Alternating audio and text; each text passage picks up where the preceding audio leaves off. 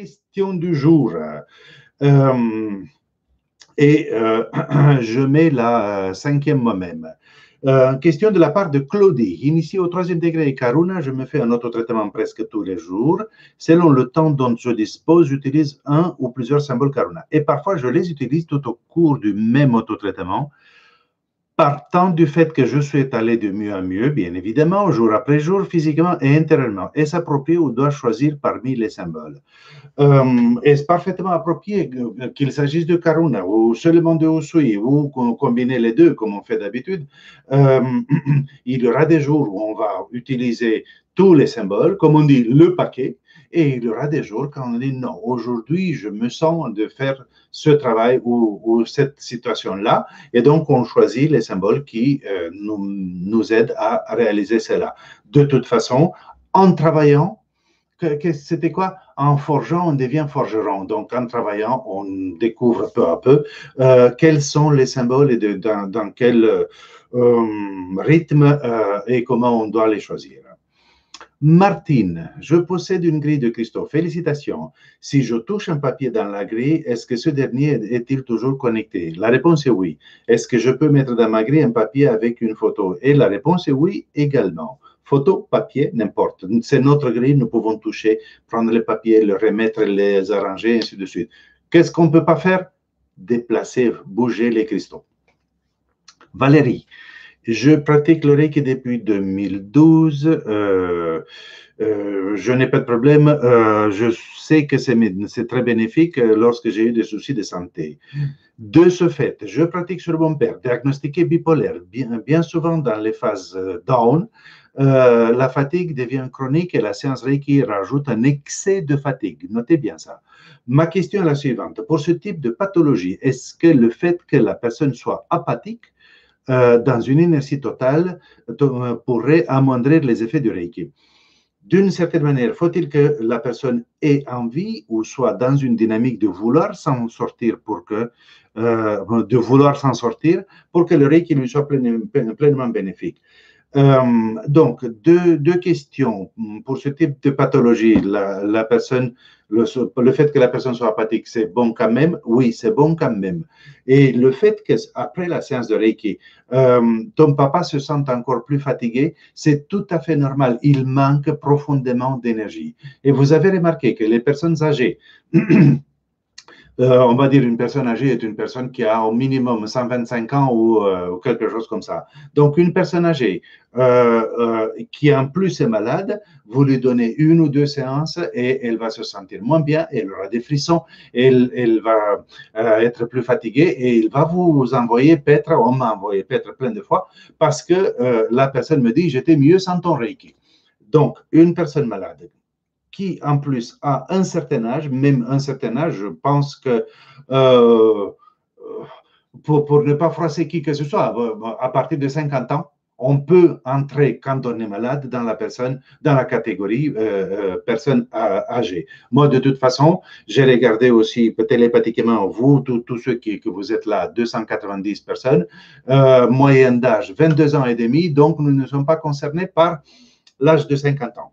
Je répète, sans blague, une personne âgée qui est malade et en manque d'énergie, on lui donne une ou deux séances, elle va se sentir moins bien et c'est le signe clair que nous devons continuer à lui donner des séances l'une après l'autre ou aussi rapprochées que possible. Deux, est-ce qu'elle doit être en totale volonté de guérir? Dès lors qu'elle nous laisse faire, dès lors qu'elle est sur notre table de massage, ça, c'est un oui implicite et ça va fonctionner. Son corps ne tient pas compte de sa tête ou de sa maladie qui fait que ça ne fonctionne pas si bien que ça. Sylviane, j'ai une petite question ou une question me taraude depuis que vous avez évoqué le prix d'une initiation maître Reiki de 10 000 €.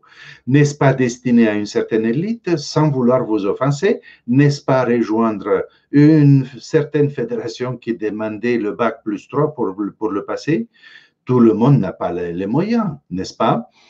N'est-ce pas s'éloigner de la philosophie de Mikao Usui? Un échange, certes, mais là, On est parfaitement d'accord et je ne sais pas pourquoi tu dis, Sylviane, que tu risques de m'offenser parce que tu ne m'offenses pas. Je ne demande pas 10 000 $, quoique je reconnais que c'est une bonne affaire. Mais je ne le fais pas et il y a seulement une école dans tout le monde qui a comme règle de base le prix de 10 000 $ pour 10 000 $ qui se sont transformés en 10 000 € pour la maîtrise.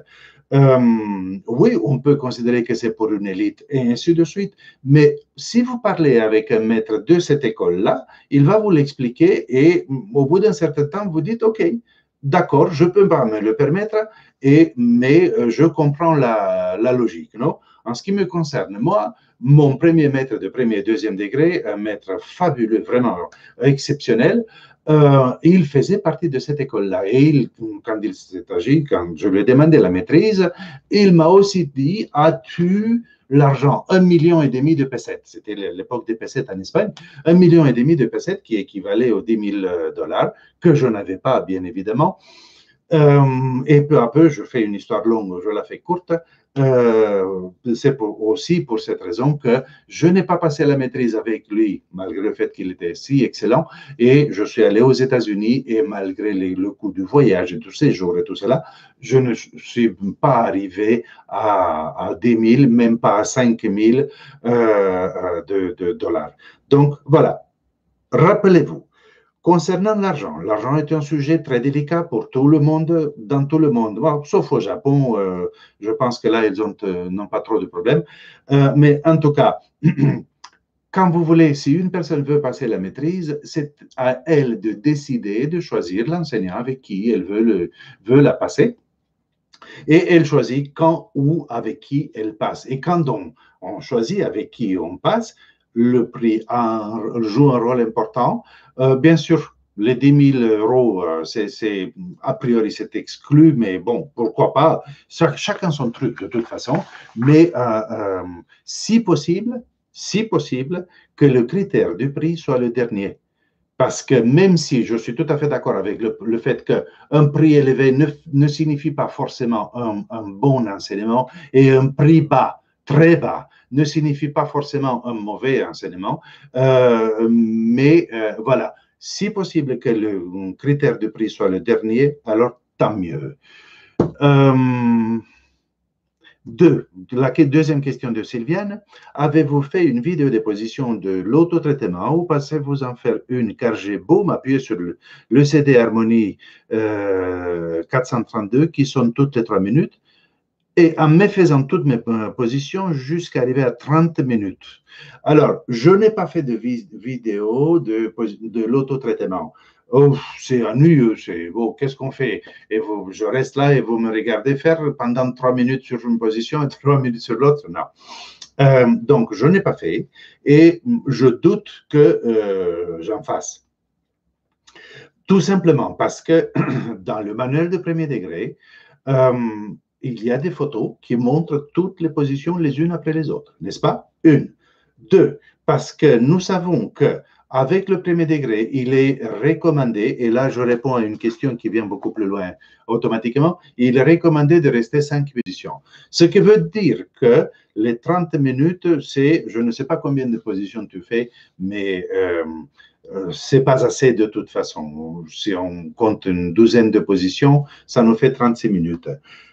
Mais si vous comparez mes positions des mains avec les positions des mains d'une autre école, d'un autre livre, d'un autre site, vous verrez que elles ne coïncident pas entièrement. Et il ne s'agit en aucun cas de faire ici un choix qui a les meilleures positions des mains, parce qu'il n'y a personne qui a les meilleures positions des mains, mais tout simplement faites votre soupe, faites votre autotraitement d'une façon cohérente pour vous. Et du moment que vous couvrez votre corps de la tête jusqu'aux pieds, c'est une excellente façon de le faire. Et si vous avez au total 10, 12, 14 ou 18 positions, ça n'a vraiment aucune importance. Voilà. Et l'histoire des positions des mains, je l'ai déjà raconté, c'est Madame Takata qui a conçu l'autotraitement au lieu du Hatsureiho qui se faisait au Japon. Et donc, elle a conçu l'autotraitement 4 positions à la tête, 4 positions devant, et pour une autre personne, on a ajouté 4 positions derrière, mais avec le temps, on a ajouté de plus en plus de positions, puisque c'est bon, c'est agréable et c'est bénéfique d'ajouter toutes ces autres positions. Donc, j'espère que ma réponse est suffisamment cohérente, complète.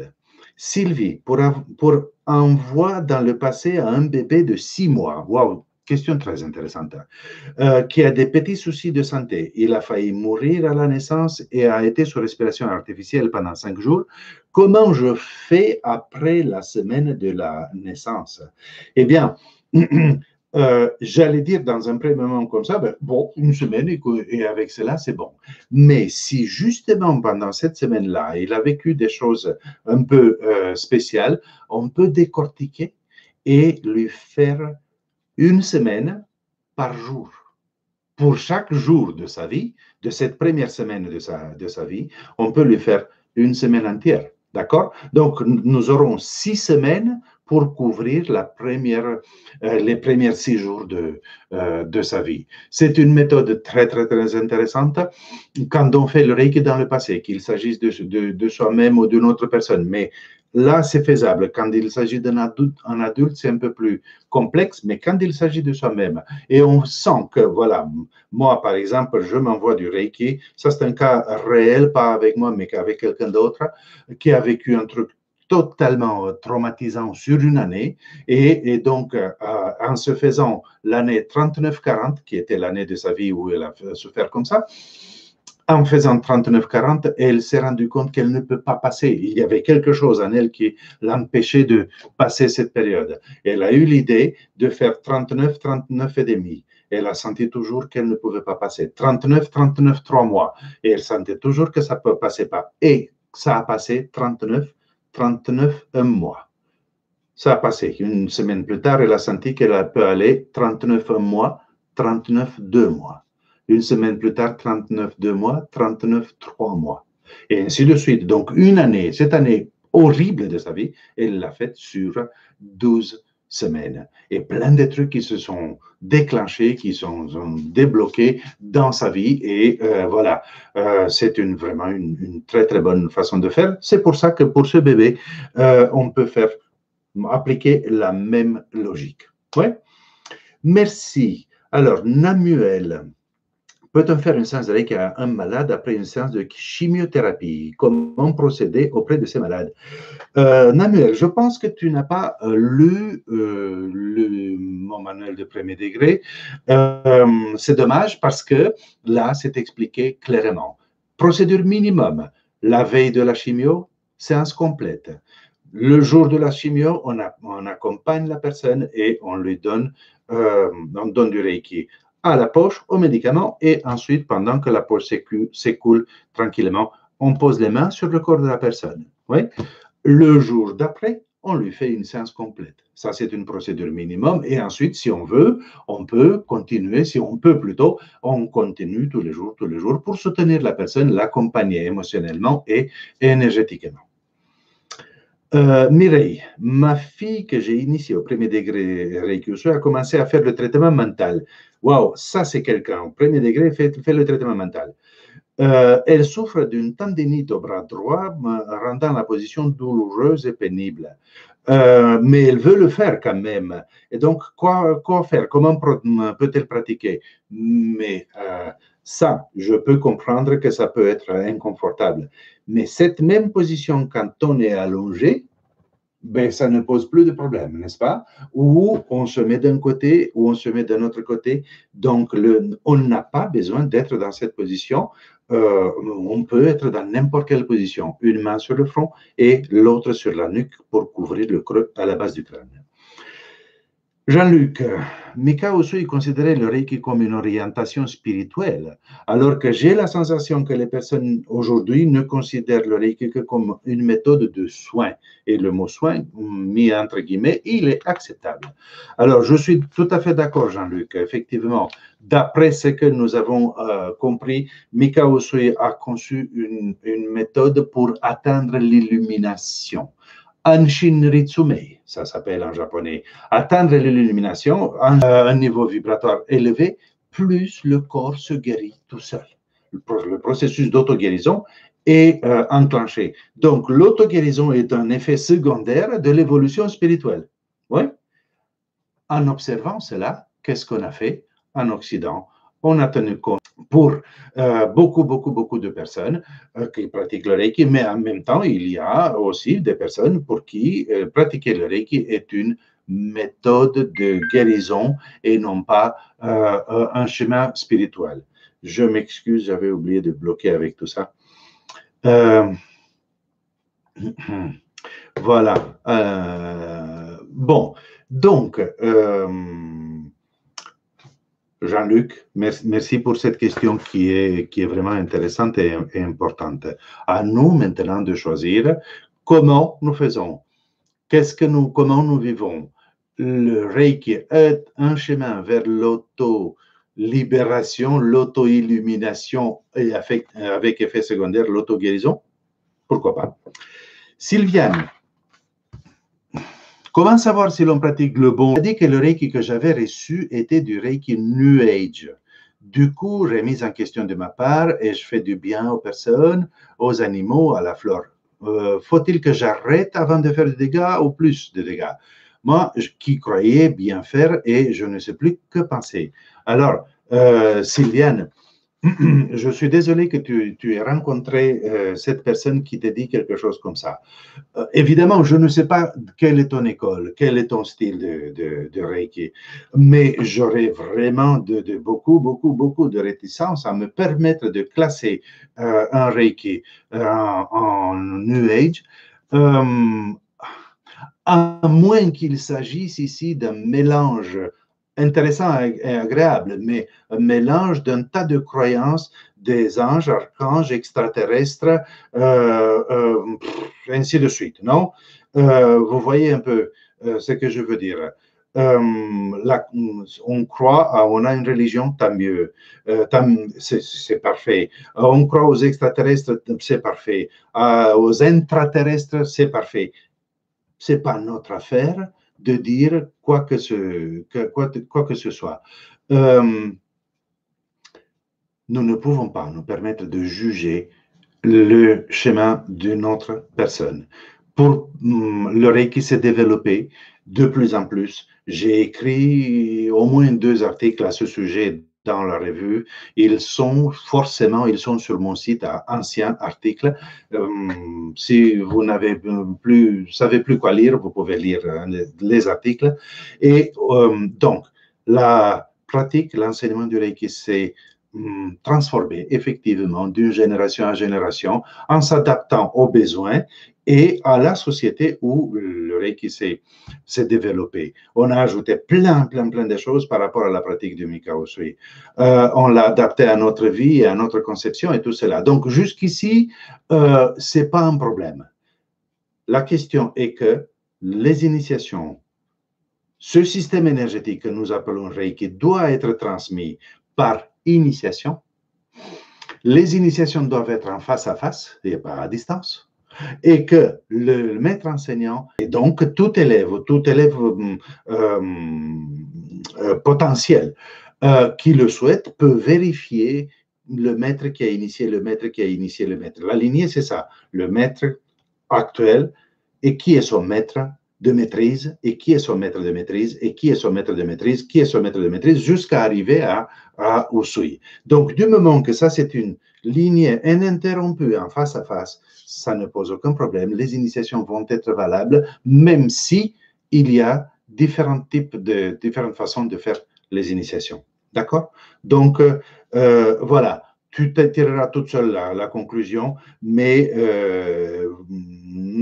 dire à quelqu'un que ton Reiki n'est pas bon, je passe. Annie, mercredi 15 avril aura lieu,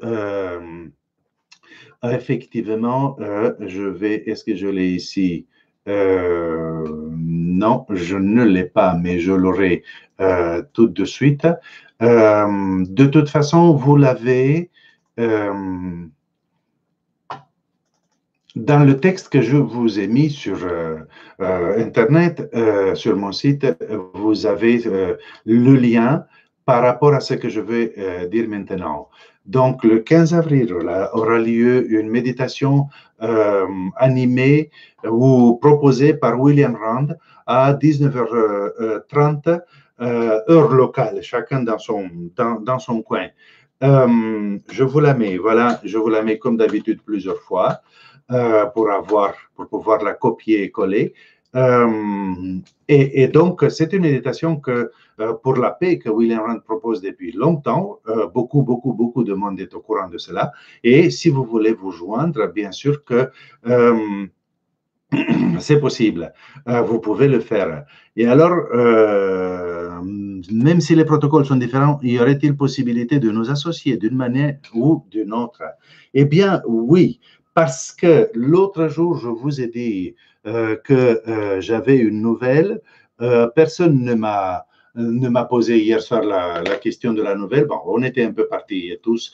Donc, la nouvelle, c'était que le syndicat de maîtres Reiki youtubeurs m'a contacté pour me dire que je m'exploite tout seul et que ça me ferait du bien maintenant un jour par semaine de vacances, de repos, parce que là on est à la troisième semaine, je pense, quand on est là tous les jours, et je me suis dit oui, pourquoi pas. Et vous, qu'est-ce que vous en dites? Est-ce que a priori, à moins qu'il y ait quelque chose de nouveau, mais a priori, mercredi 15 avril, ce sera mon premier jour de vacances depuis le confinement.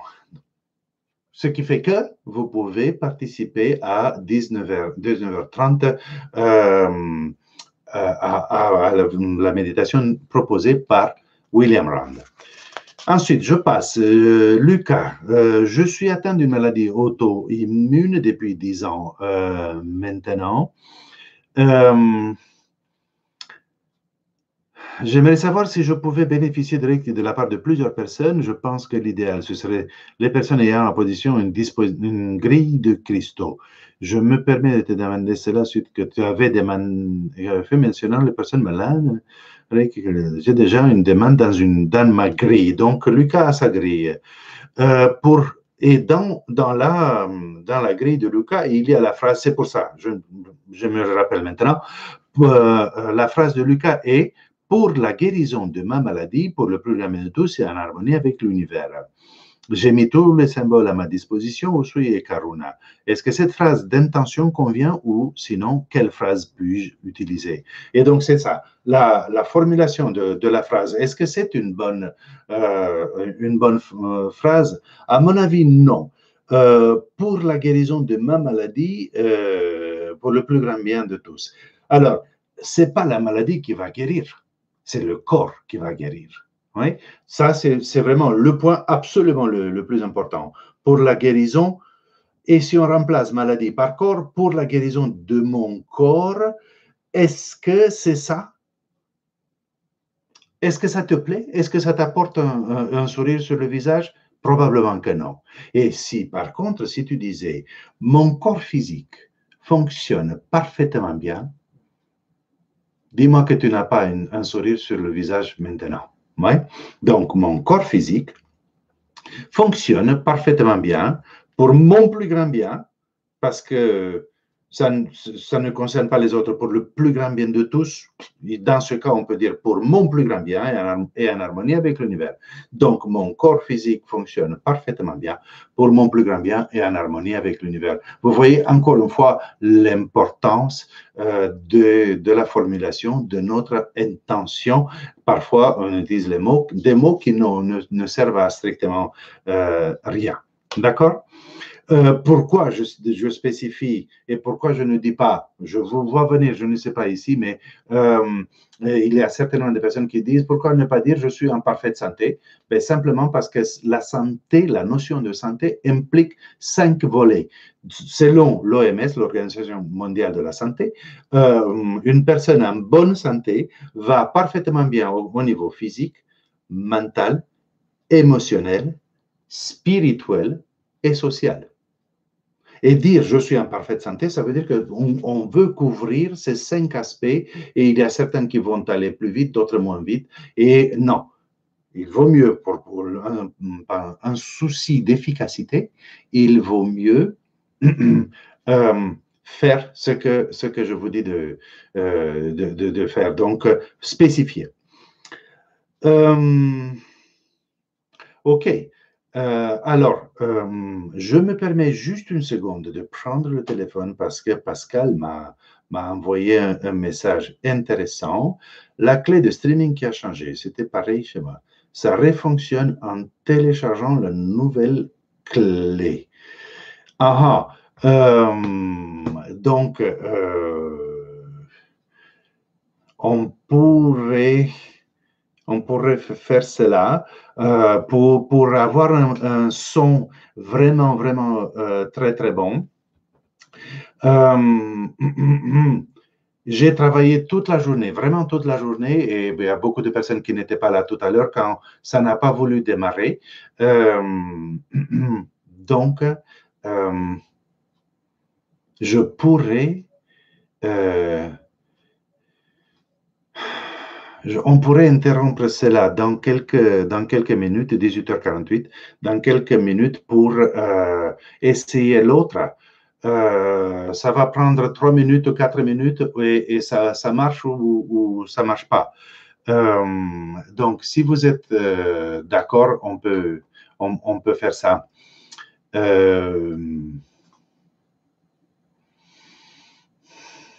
Ouais. Pascal, j'ai trouvé la clé de screen. Donc, la recharger avant chaque diffusion. Il faut de nouveau récupérer la clé.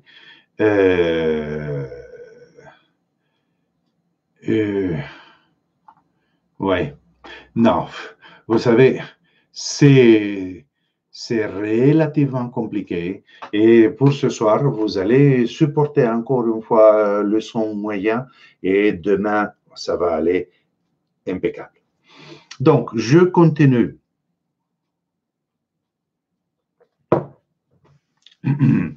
Yannick, pour les praticiens en proie à leur difficulté d'accepter l'aspect financier, ça c'est une bonne remarque Yannick, merci beaucoup, l'aspect financier de leur séance de Reiki, ayant moi-même connu ce souci, je l'ai résolu avec la formule suivante.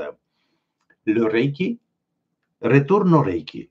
Donc, en un mot, tout le fruit des séances données est déposé sur un compte spécialement et uniquement réservé à mes dépenses Reiki.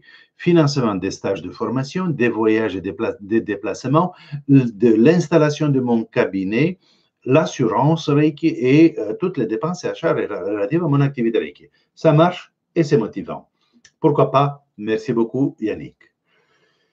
Dayobod, étant donné qu'il n'y avait pas de signature, j'ai pris ça. Dayobod, lors de l'autotraitement du groupe hier, tout à coup, je vois débouler comme un sauvage mon chien qui s'impose pour me voler de l'énergie. Donc, le chien est venu, Dayobod a voulu le chasser, mais il est resté et finalement, il a partagé le Reiki avec son chien. Comme on a dit, les animaux sont très réceptifs à l'énergie et ça ne pose vraiment aucun problème. Et donc, on les prend dans les bras, on se fait du Reiki avec les animaux sur soi, à côté de soi, vraiment aucun souci pour les animaux. Et si vous n'avez jamais lu ou entendu ou vu quelque part une procédure, un protocole, un quelque chose, faites-le, testez. Il n'y a personne, il n'y a pas d'effet secondaire effet secondaire désagréable ou négatif suite à la pratique du Reiki. Donc, ça va bien. La deuxième question était, selon les auteurs, les positions de même pour une séance. Oui, on a dit cela. 5 minutes pour le premier degré et 3 minutes à partir du deuxième. Sylvie, première question. Je trace mes symboles sur la cuisse au lieu de la main initialement enseignée. Cette adaptation personnelle est-elle correcte? Cette adaptation est due au tracé de symboles de distance pour lequel il me faut de la place. Je comprends, Sylvie, ce que tu dis, mais il faudra que tu fasses un effort pour placer Mais attends, de quoi tu parles? Le symbole de distance ne se trace pas sur la main. Donc, sur la main, au deuxième degré, on ne trace que le symbole de pouvoir, aucun souci. Au troisième degré, on trace le symbole de maître, mais on fait un petit effort et on apprend à le tracer, donc aucun souci non plus. Ensuite, tracer sur la cuisse ou dans l'air, il n'y a pas de différence. Il y a des personnes qui ont besoin d'un support physique concret. Sans problème, on le trace sur la cuisse ou dans l'air. Et l'effet est le même. Deuxième question, pourquoi taper 3 fois dans les mains après avoir dessiné les symboles? Il ne me semble pas avoir appris cette pratique lors de mes formations. Quelle en est la signification? À quel moment faut-il le faire? Alors, comme on a dit, voilà, les enseignements peuvent être plus ou moins différents selon l'enseignant. Et donc, ça, c'est dans le protocole d'activation des mains, attention, que des mains, c'est cela. Je suis parfaitement d'accord avec toi. Quand j'ai fait moi mon deuxième degré, je n'ai pas appris cela. Mais ensuite, je l'ai appris. Et comme d'habitude, quand on apprend quelque chose de nouveau, on se pose la question, qui a raison, mon maître ou le nouveau? Et donc, on fait l'expérience. Je trace un symbole, je le trace sur l'autre, et tout de suite après, je frappe les mains 3 fois. Il n'y a pas besoin de fort, non, de le faire très fort. Et je dis le nom du symbole en même temps. La la la, la la la, la la la. Oui. Et ça, c'est le protocole d'activation des mains. Peut-on faire sans ça? Évidemment, on a dit que c'est évident. Mais on le fait, il n'y a pas de signification en soi, juste ça fait partie du protocole complet.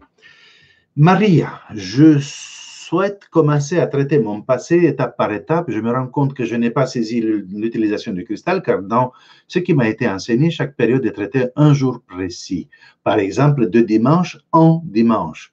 Cependant, le cristal est actif durant 3 jours ou plus. Merci pour votre lumière. Maria, le fait est que moi, je ne comprends pas très bien qu'est-ce que c'est ça. Il m'a été enseigné, chaque période est traitée un jour précis. Donc, un jour par semaine, ce dimanche, je traite une période, je ne comprends pas bien. Et donc, c'est pour cette raison, je ne m'arrête pas trop ici, mais je t'invite à regarder sur ma chaîne YouTube, regarder la vidéo avec le Reiki dans le passé, d'un côté, et de l'autre côté, lire ou relire le chapitre dans mon manuel de deuxième degré sur l'utilisation du cristal de quartz. Et ensuite, c'est parfaitement simple et logique comment on fait pour joindre les deux. Véronique qui m'attire l'attention sur quelque chose qui m'a surpris, mais voilà, pour prévenir ou pour voilà, parler avant que le sujet ne prenne trop de l'importance, m'a dit comme ça que Luc Baudin, qui m'avait proposé une méditation la semaine prochaine, a pris la décision de la suspendre, de suspendre toutes les méditations collectives pour le moment, car il considère qu'il y a actuellement des détournements des énergies des égrégores par certaines forces nuisibles. Il invite donc chacun à continuer à travailler et à avancer individuellement. Luc Baudin, c'est quelqu'un, n'est-ce pas? Un personnage et quelqu'un de hautement respectable et ainsi de suite, ainsi de suite. La liste est longue de louanges qu'on pourrait apporter pour lui. Je me permets de ne pas être d'accord avec lui et sans entrer dans absolument aucun détail, tout simplement parce que nous travaillons avec l'énergie Reiki. Et une énergie développée par une personne donc, de son point de vue et du point de vue de l'énergie qui est une chose, et là, dans ce domaine, je ne me mêle pas qui récupère quoi. Une énergie qui est le Reiki ne peut pas être détournée dans des buts non positifs, d'accord? Donc, je vais continuer avec les soirées et avec les méditations et avec les envois parce que c'est hautement bénéfique. Le Reiki, j'espère que vous comprenez et que vous avez compris que lorsque je parle du Reiki, je ne parle pas parce que j'ai la foi dans le Reiki, je n'ai pas la foi dans le Reiki, mais parce que je sais que ça fonctionne ainsi. Et donc, égrégore Reiki ne peut pas être capté ou envoyé, je ne sais pas comment. Donc, voilà pourquoi je vais continuer, malgré le fait que Luc Baudin arrête ses méditations. Sa décision est respectable, ça lui appartient. Ma décision, je pense qu'elle est respectable et elle m'appartient. Patricia, je ne nettoie pas mes cristaux ni mes pierres dans l'eau salée car cela peut être corrosif pour certains sur les conseils d'un spécialiste en lithothérapie. Je sais parfaitement de quoi il s'agit et je ne lis pas le reste parce que ça c'est la phrase principale. Les cristaux, je préconise qu'on nettoie les cristaux dans de l'eau salée, ultra salée, uniquement et seulement la toute première fois. Uniquement et seulement la toute première fois. Et de plus, je parle ici des cristaux qui sont travaillés, polis. Parce que si vous allez vous-même dans la nature et vous trouvez des cristaux bruts, là, effectivement, les rincer quelques minutes, 2-3 minutes sous l'eau courante, ça va parfaitement bien. Mais quand il s'agit d'un cristal qui a été extrait à l'aide de l'explosion, bâton de dynamite, qui a été coupé, poli par plein de gens, manuellement, ainsi de suite, c'est que ce cristal-là est tellement chargé avec une mémoire tellement lourde qu'il faut mettre les moyens lourds pour le nettoyer. Mais notez bien, vous vous rappelez que je dis 24 à 48 heures. Pas plus de 48 heures parce qu'effectivement, malgré le fait que le sel soit dissous dans l'eau, il est quand même corrosif. Effectivement, je suis d'accord avec cela. Donc, moins de 24 heures, ce n'est pas assez. Plus de 48 heures, ce n'est pas nécessaire. C'est fait, le travail est fait. Et en plus, on évite cet aspect de corrosif. Merci, Patricia, d'avoir attiré l'attention sur ce sujet. Chantal, mon petit-fils de 6 ans et demi a des gros problèmes de concentration au niveau scolaire ainsi qu'à la maison. Il est dyslexique et le reste du diagnostic n'est pas encore connu vu que ce qu'on vit actuellement. Je m'en occupe 3 à 4 jours par semaine. J'ai redécouvert la technique d'intégration et donc question, est-il possible de la faire à distance? Non.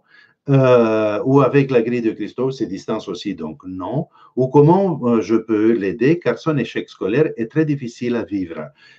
Donc, étant donné que tu t'occupes de lui 3 à 4 jours par semaine, ces moments-là, quand tu t'occupes de lui, tu lui fais la technique d'intégration telle que c'est marqué dans le manuel. C'est important que ça se fasse en direct parce que donc il doit croiser les bras et les jambes. Il a 6 ans et demi. S'il veut et peut collaborer avec toi et rester tranquille le temps d'une séance, même si c'est 20 minutes minimum, 20 minutes d'un côté, 20 minutes de l'autre côté. Et sinon, quand il dort, s'il fait la sieste ou s'il dort le soir chez toi ou s'il fait la sieste, tu peux lui faire ça pendant qu'il dort. Ouais. Mais à distance, malheureusement, non. Alors, Ludovic, le fameux Ludovic de l'île de la Réunion avec l'autotraitement dans la baignoire ou dans l'eau salée. Question très très simple, je la prends ici parce que c'est simple, mais voilà, c'est bien de la poser et de répondre. Pour le Reiju, comme on a fait hier, est-il possible de s'asseoir plutôt par terre, en position de méditation, que sur une chaise? Évidemment, quand il s'agit d'un Reiju reçu en direct, en face à face, alors bien sûr qu'il faut que la personne soit assise sur la chaise. Ce n'est pas confortable pour l'enseignant sinon. Mais quand vous recevez un Reiju, vous voulez vous asseoir par terre, en lotus ou dans la position que vous voulez, aucun souci. Ou en lotus, dans le sofa, sur le lit, n'importe. Ouais. Et enfin, la dernière question, Marie-France. Faut-il absolument s'inscrire pour participer à ce Reiju? La réponse est oui, il faut s'inscrire et il faut s'inscrire sur les deux endroits, un des deux endroits, c'est-à-dire ou bien Facebook ou au secrétariat, mais pas aux deux. Si la personne ne s'inscrit pas et participe, reçoit-elle réellement ce Reiju? Sinon, pourquoi? Alors, Ça, c'est une question vraiment très, très particulière. Il y a un côté logique que si tu n'étais pas inscrit, tu n'as pas fait la démarche concrète et tu ne peux pas te mettre dans cet état-là mental de connexion réellement parce que tu n'as pas fait la démarche concrète. Mais donc ça, c'est la partie logique et je pourrais développer. Le temps ne le permet pas vraiment, mais je pourrais développer un peu plus logiquement. Mais il y a aussi l'autre partie intuitive qui me dit non.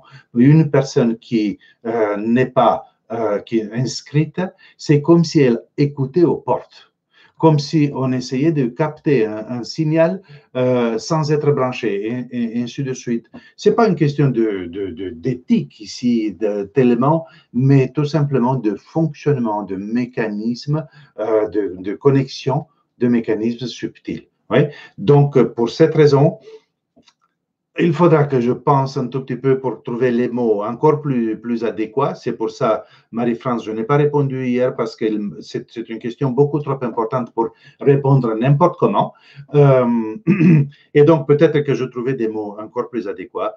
Mais de mon point de vue, clairement, un peu mentalement et beaucoup intuitivement, clairement, une personne, elle veut recevoir un radio, elle clique, je participe, le prix n'est pas très élevé. Bonne soirée.